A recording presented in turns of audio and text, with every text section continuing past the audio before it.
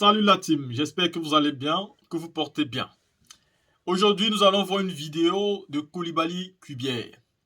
Koulibaly Kubière a décidé, lui-même, je ne sais pas si c'est une erreur, s'il a fait de manière volontaire, mais lors de son passage sur la RTI, il a reconnu que Alassane Dramane Ouattara est celui-là même qui a retiré le nom du président Laurent Gbagbo sur la liste électorale. Koulibaly Kubière, par la même occasion, nous fait comprendre que le problème du président Laurent Gbagbo doit être réglé de manière politique.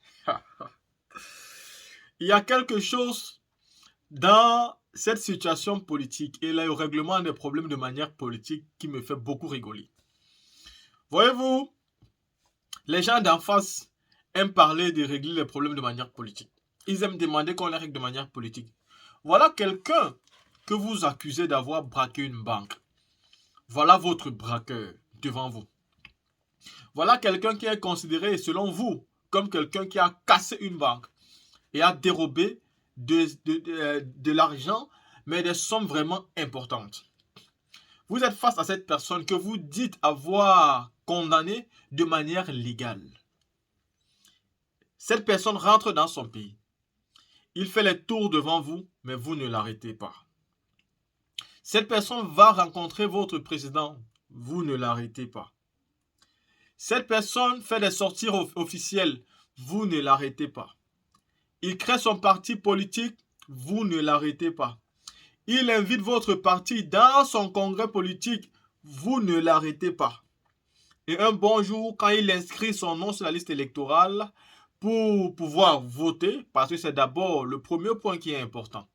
Les droits civiques d'un citoyen. Quand vous êtes un citoyen dans n'importe quel pays que ce soit, surtout quand vous êtes de nationalité de ce pays-là, vous avez le devoir et même l'obligation de choisir qui vous gouverne.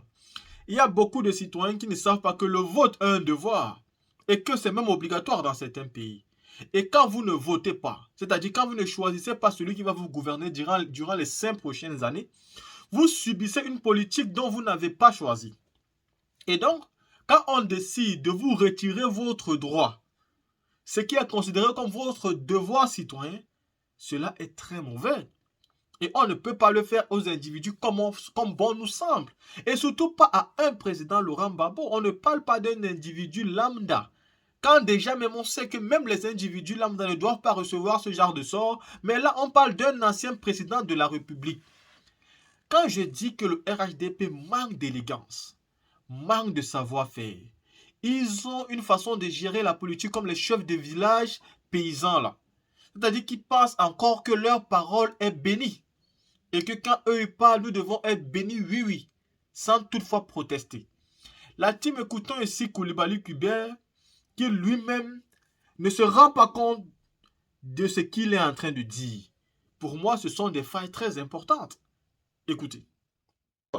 J'ai entendu dire que l'article 123 de la Constitution... Tout à fait. Cet article de la Constitution qui dit oui. Les traités ou accords régulièrement ratifiés ont dès leur publication une autorité supérieure à celle des lois. Oui, mais cet article parle de l'ordonnancement juridique, la hiérarchie qu'il y a entre les normes. Il ne se pose pas le problème de l'application.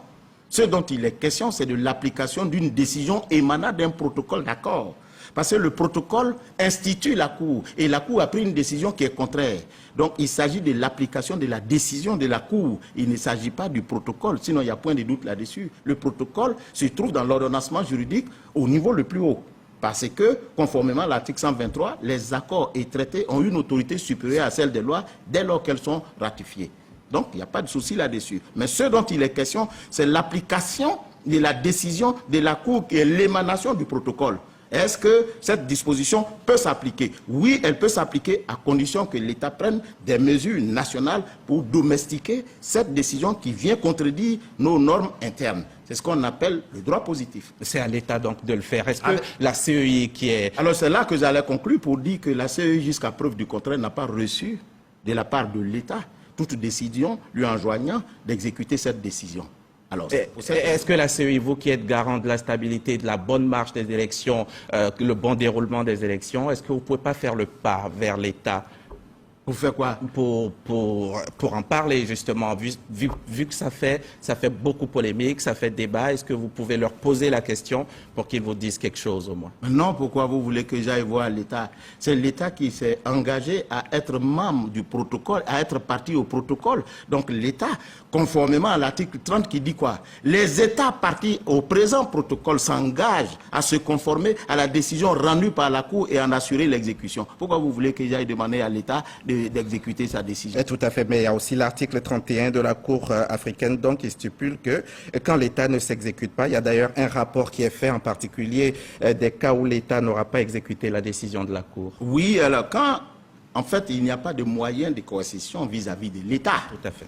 Alors quand c'est comme ça, l'article 31 du protocole dit que lorsque l'État qui est condamné ne s'exécute pas, la Cour africaine dresse rapport Tout à fait. au chef qu'on appelle la conférence des chefs d'État. Alors voyez-vous, M. Diaby, l'affaire cesse d'être juridique pour devenir politique.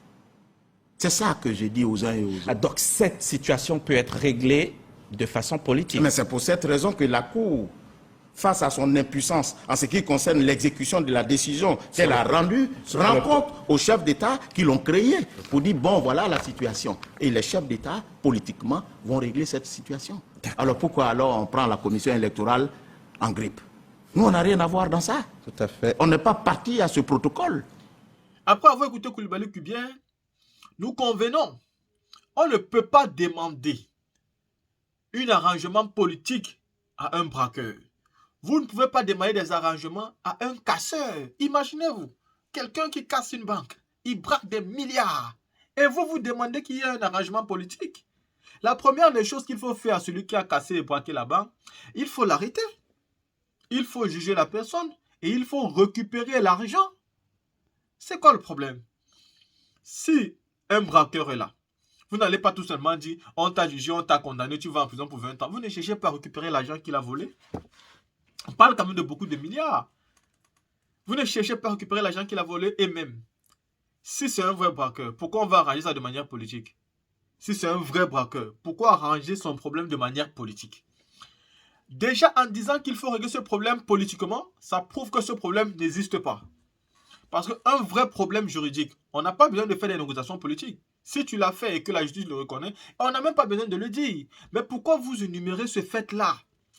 Pourquoi vous dites depuis le départ que le président Laurent Gbagbo et vous devez discuter pour régler ce problème de manière politique? Il est inadmissible de le régler de manière politique. Parce que ce problème n'est pas un problème tout simplement, c'est un problème que vous voulez imposer à tous les Ivoiriens. Mais quand on a vu le président Laurent Gbagbo hier parler, vous savez que toute l'Afrique, même ceux qui en doutaient, je peux vous dire que même au sein du RHDP, beaucoup de personnes aujourd'hui regrettent amèrement le fait d'avoir fait confiance à Alassane Dramane Ouattara. C'est le troubleur de ce pays. Imaginez-vous un seul instant. Si c'était lui qui subissait ce genre de truc-là, il allait niagami tout le pays comme il a l'habitude de dire. Il allait porter les armes pour tout détruire, juste pour voir son nom réinscrit dans la liste électorale. Aujourd'hui, posez-vous la question de savoir où est Peter 007? Vous entendez parler de lui? Est-ce que vous savez même où il se trouve? Où est Peter 007? Même s'il est mort, vous ne pouvez pas nous dire oui ou non. Parce que depuis qu'il est parti, on ne sait pas où il se trouve. Il n'a jamais subi un jugement. Aujourd'hui, en Côte d'Ivoire, on vous arrête parce que vous êtes contre Alassane Dramane Ouattara. Parce que vous avez dit que Alassane Ouattara, c'est lui qui a financé la rébellion en 2010, en 2000, et c'est lui qui a financé cette rébellion qui a fait tomber le président Gbagbo en 2010. Vous arrivez en Côte d'Ivoire, on vous arrête pour ça. Vous n'avez pas le droit de le dire. C'est juste le fait que vous dites cela, on vous arrête pour ça, sans aucun jugement. Sans qu'on ne vous juge et qu'on demande de prouver ce que vous êtes en train de dire. Pas du tout. On vous arrête, on vous met en prison. Et même pas qu'on on vous met à un endroit où personne ne sait où vous trouver. Même votre femme arrive, elle ne peut pas vous rencontrer. Un homme comme ça. La loi du Merta. La loi du plus fort. La loi des armes. La démocratie avec les armes. Et quand les prêtres catholiques dénoncent cela, vous voyez des ministres, porte-parole, qui viennent se plaindre. Comme quoi, tous les citoyens du pays devaient juste être bénis, oui. Eux ne devaient jamais subir de critiques. La team, vous avez écouté Coulibaly Kubien, qui, à mon sens, a reconnu lui-même que c'est Alassane Ouattara qui a retiré le nom du président Gbagbo dans la liste électorale. Dites-moi ce que vous pensez On se voit pour une prochaine vidéo.